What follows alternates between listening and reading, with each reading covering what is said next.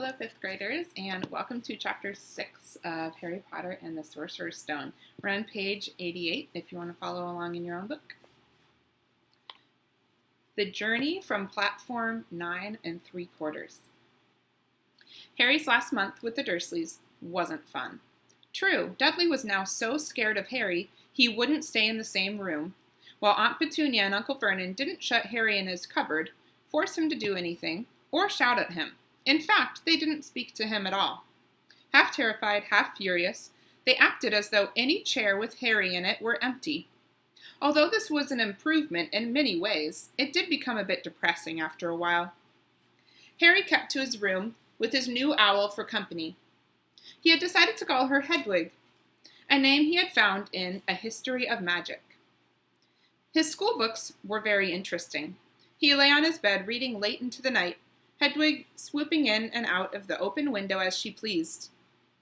It was lucky that Aunt Petunia didn't come in to vacuum anymore because Hedwig kept bringing back dead mice. Every night before he went to sleep, Harry ticked another day on the piece of paper he had pinned to the wall, counting down to September the 1st. On the last day of August, he thought he'd better speak to his aunt and uncle about getting to King's Cross Station the next day, so he went down to the living room where they were watching a quiz show on television. He cleared his throat to let them know he was there, and Dudley screamed and ran from the room. Uncle Vernon? Uncle Vernon grunted to show he was listening. I need to be at King's Cross tomorrow to go to Hogwarts. Uncle Vernon grunted again. Would it be all right if you gave me a lift? Grunt. Harry supposed that meant yes. Thank you. He was about to go back upstairs when Uncle Vernon actually spoke. Funny way to get to wizard school, the train. Magic carpets all got punctures, have they? Harry didn't say anything. Where is this school, anyway? I don't know, said Harry, realizing this for the first time. He pulled the ticket Hagrid had given him out of his pocket. I just take the train from platform 9 3/4 at 11 o'clock, he read. His aunt and uncle stared. Platform what? 9 3/4? Don't talk rubbish, said Uncle Vernon. There is no platform 9 3/4. It's on my ticket. Barking, said Uncle Vernon. Howling mad, the lot of them. You'll see. You just wait. All right, we'll take you to King's Cross. We're going up to London tomorrow anyway, or I wouldn't bother. Why are you going to London? Harry asked, trying to keep things friendly. Taking Dudley to the hospital, growled Uncle Vernon. Gotta have that ruddy tail removed before he goes to Smeltings. Harry woke at 5 o'clock the next morning and was too excited and nervous to go back to sleep. He got up and pulled on his jeans because he didn't want to walk into the station in his wizard's robes. He'd change on the train. He checked his Hogwarts list yet again to make sure he had everything he needed, saw that Hedwig was shut safely in her cage, and then paced the room waiting for the Dursleys to get up. 2 hours later, Harry's huge, heavy trunk had been loaded into the Dursleys' car. Aunt Petunia had talked Dudley into sitting next to Harry, and they had set off. They reached King's Cross at 10:30. Uncle Vernon dumped Harry's trunk into a cart and wheeled it into the station for him. Harry thought this was strangely kind until Uncle Vernon stopped dead, facing the platforms with a nasty grin on his face. Well, there you are, boy. Platform 9, platform 10. Your platform should be somewhere in the middle, but they don't seem to have built it yet, do they? He was quite right, of course. There was a big plastic number 9 over one platform and a big plastic number 10 over the one next to it. And in the middle, nothing at all. Have a good term, said Uncle Vernon with an even nastier smile. He left without another word. Harry turned and saw the Dursleys drive away. All three of them were laughing. Harry's mouth went rather dry. What on earth was he going to do? He was starting to attract a lot of funny looks because of Hedwig. He'd have to ask someone. He stopped a passing guard, but didn't dare mention platform 9 3/4. The guard had never heard of Hogwarts, and when Harry couldn't even tell him what part of the country it was in, he started to get annoyed, as though Harry was being stupid on purpose. Getting desperate, Harry asked for the train that left at 11 o'clock, but the guard said there wasn't one. In the end, the guard strode away, muttering about time wasters. Harry was now trying hard not to panic. According to the large clock over the arrivals board, he had 10 minutes left to get on the train to Hogwarts, and he had no idea how to do it. He was stranded in the middle of a station with a trunk he could hardly lift, a pocket full of wizard money, and a large owl. Hagrid must have forgotten to tell him something you had to do, like tapping the third brick on the left to get into Diagon Alley.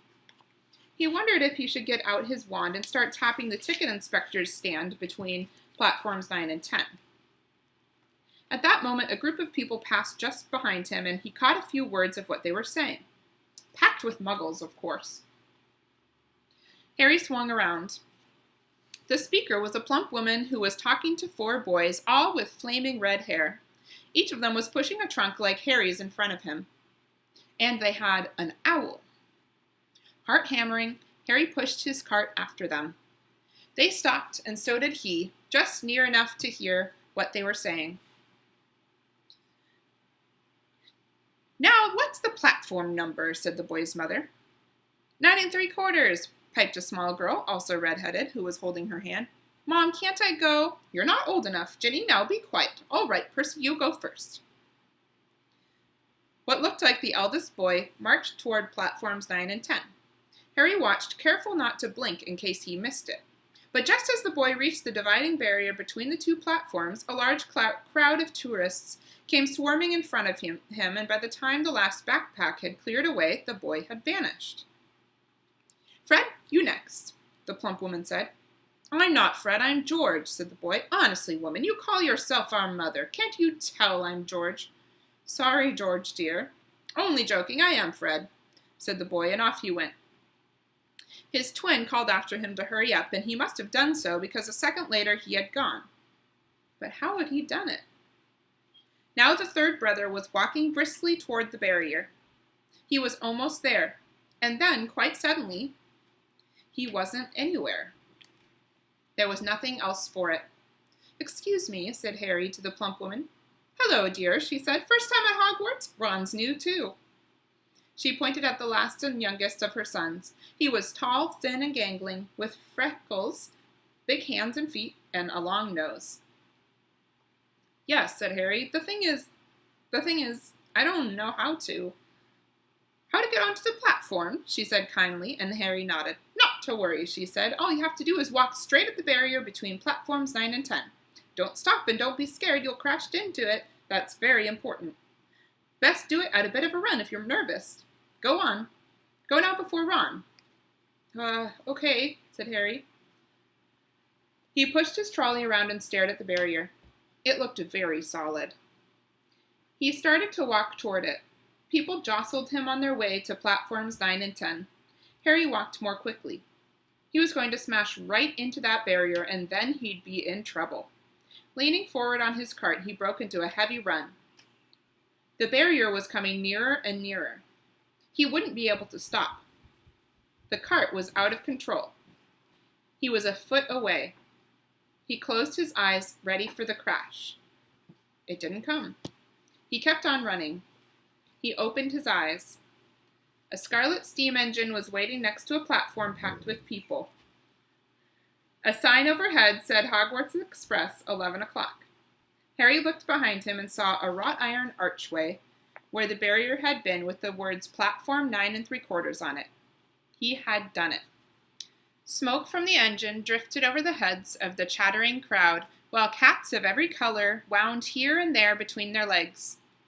Owls hooted to one another in a disgruntled sort of way over the babble and the scraping of heavy trunks.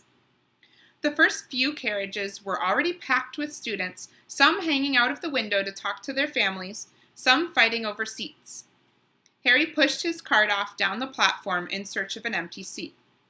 He passed a round-faced boy who was saying, "Gran, I've lost my toad again."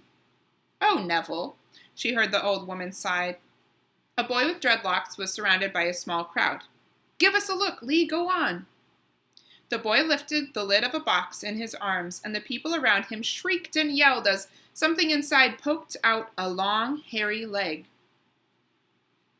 Harry pressed on through the crowd until he found an empty compartment near the end of the train. He put Hedwig inside first, and then started to shove and heave his trunk toward the train door. He tried to lift it up the steps, but could hardly raise one end, and twice he dropped it painfully on his foot. Want a hand? It was one of the red-haired twins he'd followed through the barrier. Yes, please, Harry panted. Oi, Fred, come here and help.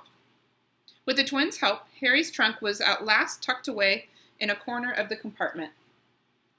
Thanks, said Harry, pushing his sweaty hair out of his eyes. What's that? Said one of the twins suddenly, pointing at Harry's lightning scar. Blimey, said the other twin. Are you? He is, said the first twin. Aren't you? He added to Harry. What? Said Harry. Harry Potter, chorused the twins. Oh, him, said Harry. I mean, yes, I am. The two boys gawked at him, and Harry felt himself turning red. Then, to his relief, a voice came floating in through the train's open door.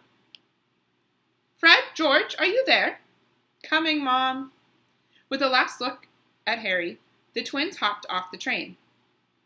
Harry sat down next to the window where, half hidden, he could watch the red-haired family on the platform and hear what they were saying. Their mother had just taken out her handkerchief. Ron, you've got something on your nose. The youngest boy tried to jerk out of the way, but she grabbed him and began rubbing the end of his nose. Mom, get off! He wriggled free. Aw, has Ickle Ronnie got something on his nosey? Said one of the twins. Shut up, said Ron. Where's Percy? Said their mother. He's coming now. The oldest boy came striding into sight.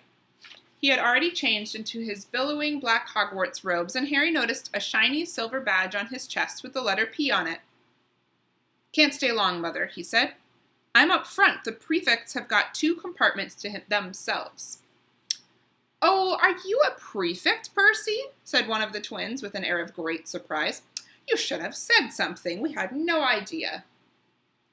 Hang on, I think I remember him saying something about it, said the other twin once, or twice, a minute, all summer. Oh, shut up, said Percy the prefect. How come Percy gets new robes anyway, said one of the twins.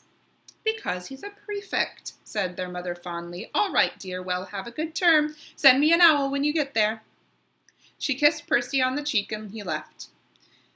Then she turned to the twins. Now you two, this year you better behave yourselves. If I get one more owl telling me you've blown up a toilet or... Blown up a toilet? We've never blown up a toilet. Great idea, though. Thanks, Mom. It's not funny. And look after Ron. Don't worry, Ickle Ronnykins is safe with us. Shut up, Ron said. Again. He was almost as tall as the twins already, and his nose was still pink where his mother had rubbed it. Hey, Mom, guess what? Guess who we just met on the train? Harry leaned back quickly so they couldn't see him looking. You know that black-haired boy who was near us in the station? Know who he is? Who? Harry Potter. Harry heard the little girl's voice. Oh, Mom, can I go on the train and see him? Mom, do. Oh, please. You've already seen him, Ginny, and the poor boy isn't something you goggle at in a zoo. Is he really, Fred? How do you know? Asked him. Saw his scar. It's really there, like lightning. Poor dear. No wonder he was alone. I wondered. He was ever so polite when he asked how to get onto the platform. Never mind that. Do you think he remembers what you-know-who looks like? Their mother suddenly became very stern. I forbid you to ask him, Fred. No, don't you dare, as though he needs reminding of that on his first day of school. All right, keep your hair on. A whistle sounded. Hurry up, their mother said, and the 3 boys clambered onto the train. They leaned out of their window for her to kiss them goodbye, and their younger sister began to cry. Don't, Ginny, we'll send you loads of owls. We'll send you a Hogwarts toilet seat. George! Only joking, Mom. The train began to move. Harry saw the boys' mother waving and their sister, half laughing, half crying, running to keep up with the train until it gathered too much speed, and then she fell back and waved. Harry watched the girl and her mother disappear as the train rounded the corner. Houses flashed past the window. Harry felt a great leap of excitement. He didn't know what he was going to do, but it had to be better than what he was leaving behind. The door of the compartment slid open and the youngest red-headed boy came in. "Anyone sitting there?" he asked, pointing at the seat opposite Harry. "Everywhere else is full." Harry shook his head and the boy sat down. He glanced at Harry and then looked quickly out of the window, pretending he hadn't looked. Harry saw he still had a black mark on his nose. "Hey, Ron." The twins were back. "Listen, we're going down the middle of the train. Lee Jordan's got a giant tarantula down there." "Right," mumbled Ron. "Harry," said the other twin. "Do we introduce ourselves? Fred and George Weasley, and this is Ron, our brother. See you later, then." "Bye," said Harry and Ron. The twins slid the compartment door shut behind them. "Are you really Harry Potter?" Ron blurted out. Harry nodded. "Oh, well, I thought it might be one of Fred and George's jokes," said Ron. "And have you really got, He pointed at Harry's forehead. Harry pulled back his bangs to show the lightning scar. Ron stared. "So that's where you-know-who?" "Yes," said Harry, "but I can't remember it." "Nothing?" said Ron eagerly. "Well, I remember a lot of green light, but nothing else." "Wow," said Ron. He sat and stared at Harry for a few moments. Then, as though he had suddenly realized what he was doing, he looked quickly out of the window again. "Are all your family wizards?" asked Harry, who found Ron just as interesting as Ron found him. Yes, I think so," said Ron. "I think Mom's got a second cousin who's an accountant, but we never talk about him." "So you must know loads of magic already." The Weasleys were clearly one of those old wizarding families the pale boy in Diagon Alley had talked about. "I heard you went to live with Muggles," said Ron. "What are they like?" "Horrible. Well, not all of them. My aunt and uncle and cousin are, though. Wish I'd had 3 wizard brothers." "5, said Ron. For some reason, he was looking gloomy. "I'm the 6th in our family to go to Hogwarts. You could say I've got a lot to live up to. Bill and Charlie have already left. Bill was head boy, and Charlie was captain of Quidditch. Now, Percy's a prefect. Fred and George mess around a lot, but they still get really good marks, and everyone thinks they're really funny. Everyone expects me to do as well as the others, but if I do, it's no big deal, because they did it first. You never get anything new either with 5 brothers. I've got Bill's old robes, Charlie's old wand, and Percy's old rat." Ron reached inside his jacket and pulled out a fat gray rat, which was asleep. "His name's Scabbers, and he's useless. He hardly ever wakes up. Percy got an owl from my dad for being made a prefect, but they couldn't I got Scabbers instead." Ron's ears went pink. He seemed to think he'd said too much, because he went back to staring out of the window. Harry didn't think there was anything wrong with not being able to afford an owl. After all, he'd never had any money in his life until about a month ago, and he told Ron so, all about having to wear Dudley's old clothes and never getting proper birthday presents. This seemed to cheer Ron up. "And until Hagrid told me, I didn't know anything about being a wizard or my parents or Voldemort." Ron gasped. "What?" said Harry. "You said you-know-whose name," said Ron, sounding both shocked and impressed. "I'd have thought you, of all people." "I'm not trying to be brave or anything, saying the name," said Harry. "I just never knew you shouldn't. See what I mean? I've got loads to learn. I bet," he added, voicing for the first time something that had been worrying him a lot lately. "I bet I'm the worst in the class." "You won't be. There's lots of people who come from Muggle families, and they learn quick enough." While they had been talking, the train had carried them out of London. Now they were speeding past fields full of crows and sheep. They were quiet for a time, watching the fields and lanes flick past.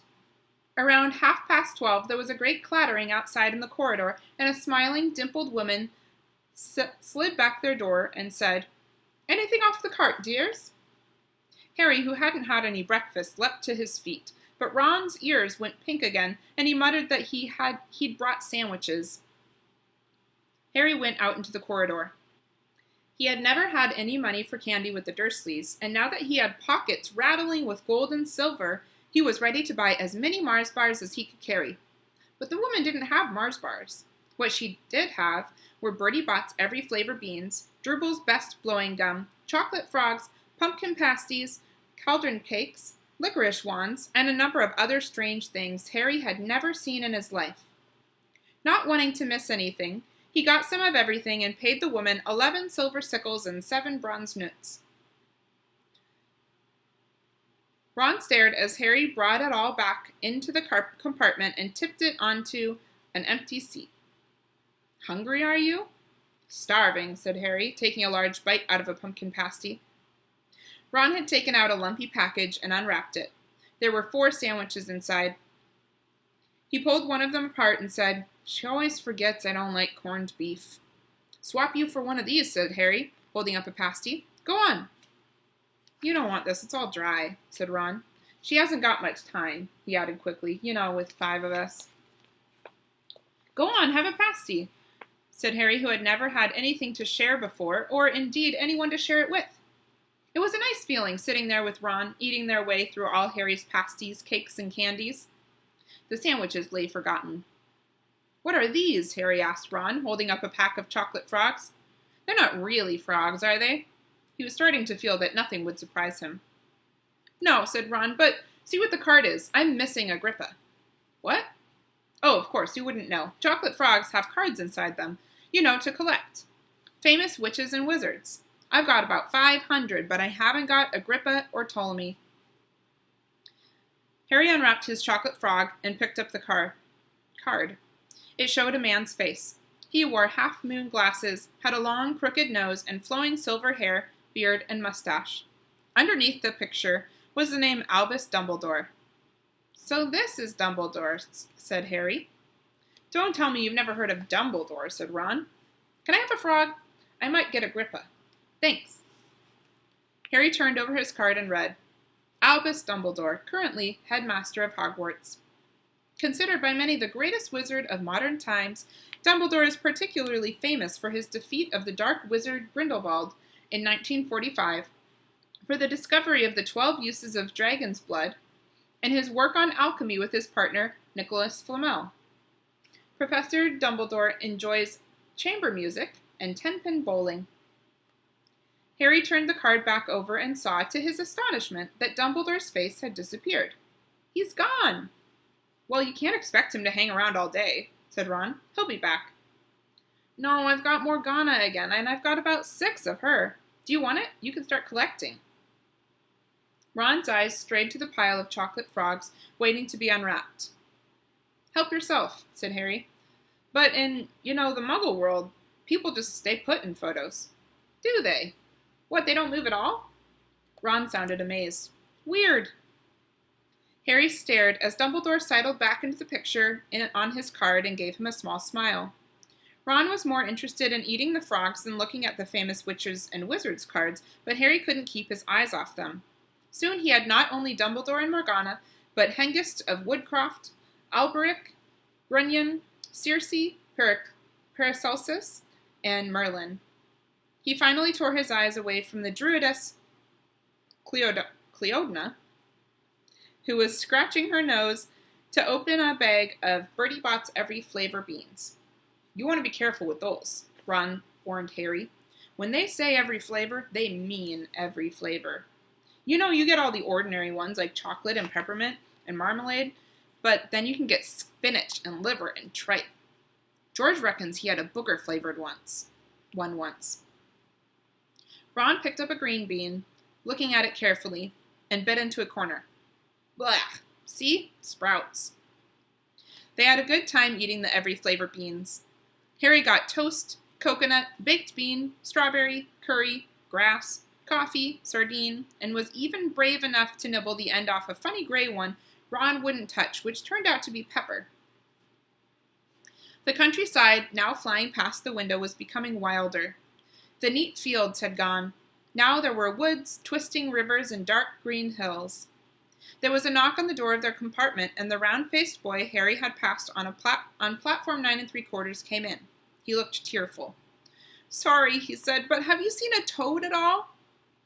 When they shook their heads, he wailed, "I've lost him. He keeps getting away from me." "He'll turn up," said Harry. "Yes," said the boy miserably. "Well, if you see him." He left. "Don't know why he's so bothered," said Ron. "If I brought a toad, I'd lose it as quick as I could." Mind you, I brought Scabbers, so I can't talk. The rat was still snoozing on Ron's lap. He might have died and you wouldn't know the difference, said Ron in disgust. I tried to turn him yellow yesterday to make him more interesting, but the spell didn't work. I'll show you, look. He rummaged around in his trunk and pulled out a very battered-looking wand. It was chipped in places and something white was glinting at the end. Unicorn's hair nearly poking out, anyway.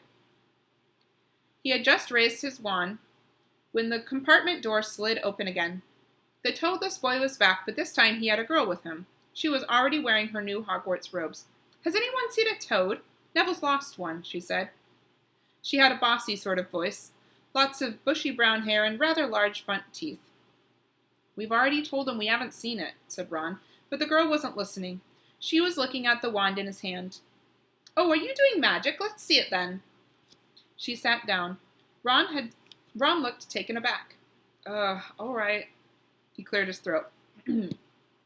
Sunshine daisies buttermellow. Turn this stupid fat rat yellow. He waved his wand, but nothing happened. Scabbers stayed gray and fast asleep. Are you sure that's a real spell? Said the girl. Well, it's not very good, is it? I've tried a few simple spells just for practice, and it's all worked for me. Nobody in my family's magic at all. It was ever such a surprise when I got my letter, but I was ever so pleased, of course.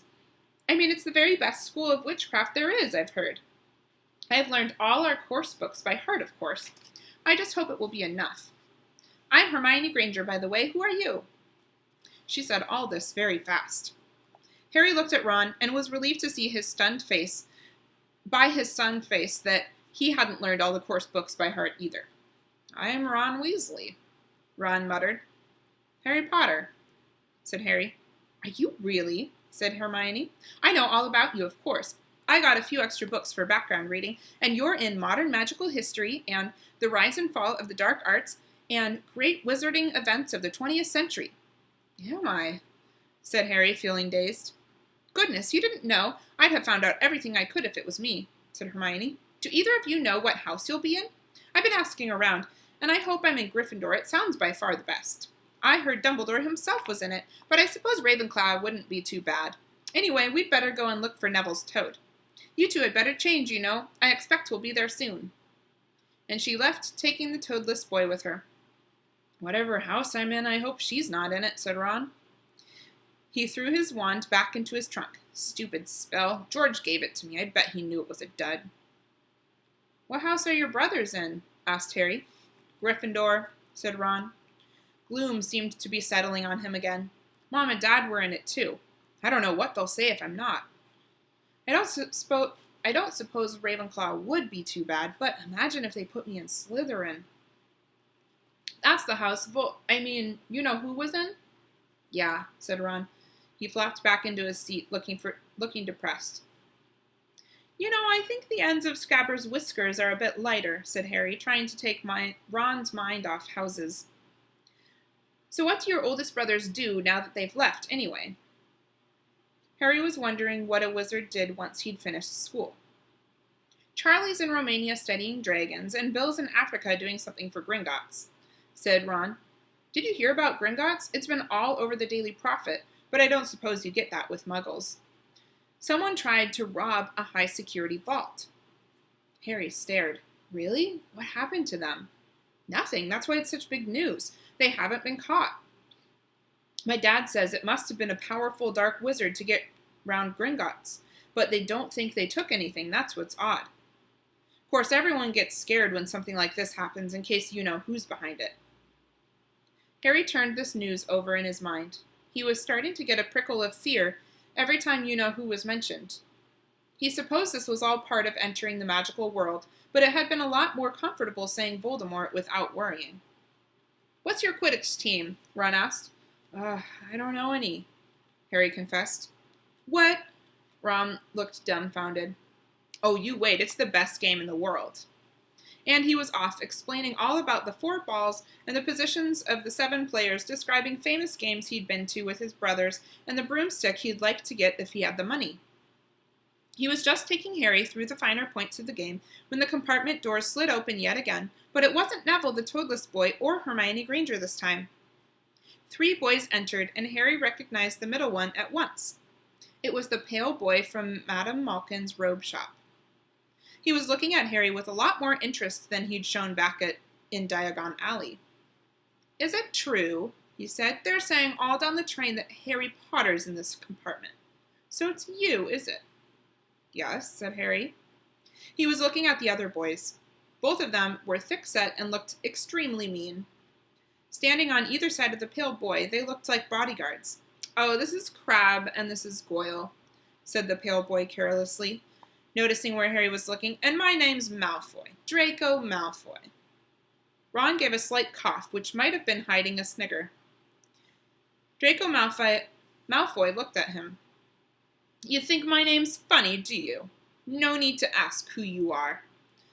My father told me all the Weasleys have red hair, freckles, and more children than they can afford."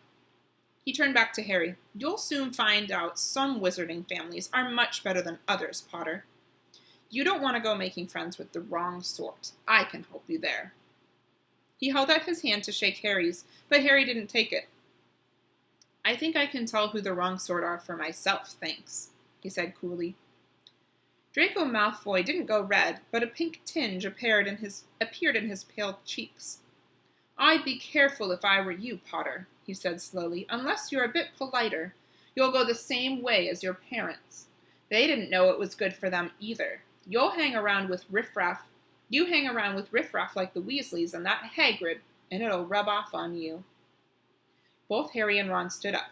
"Say that again," Ron said, his face as red as his hair. "Oh, you're going to fight us, are you?" Malfoy sneered.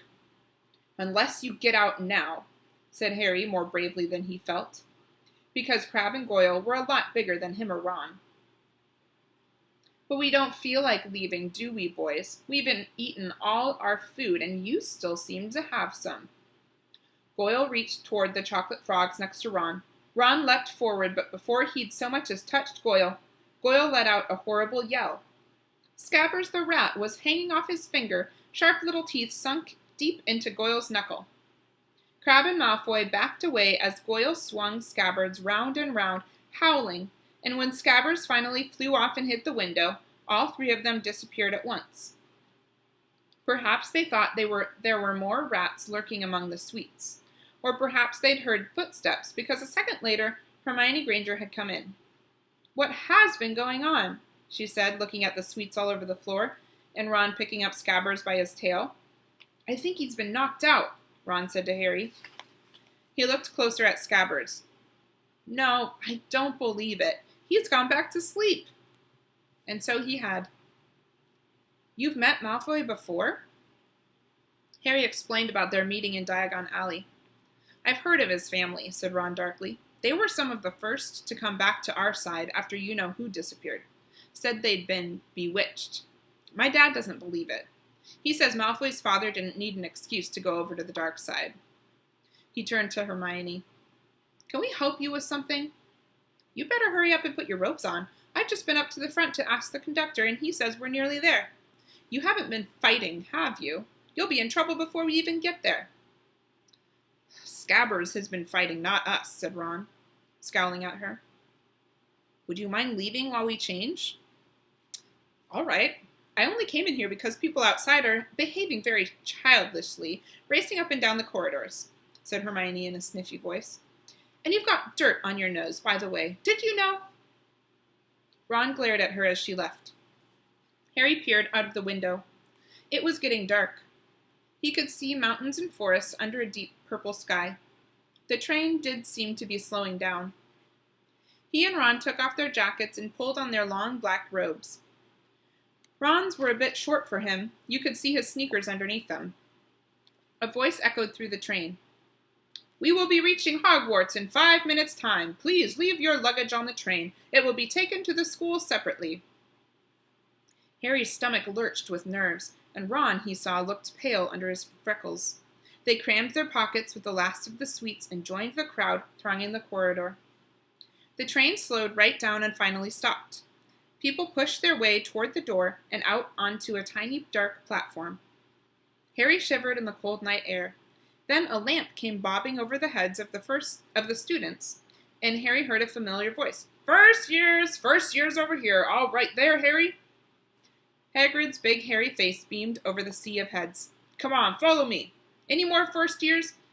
Mind your step now. First years, follow me. Slipping and stumbling, they followed Hagrid down what seemed to be a steep, narrow path. It was so dark on either side of them that Harry thought there must be thick trees there. Nobody spoke much. Neville, the boy who kept losing his toad, sniffed once or twice.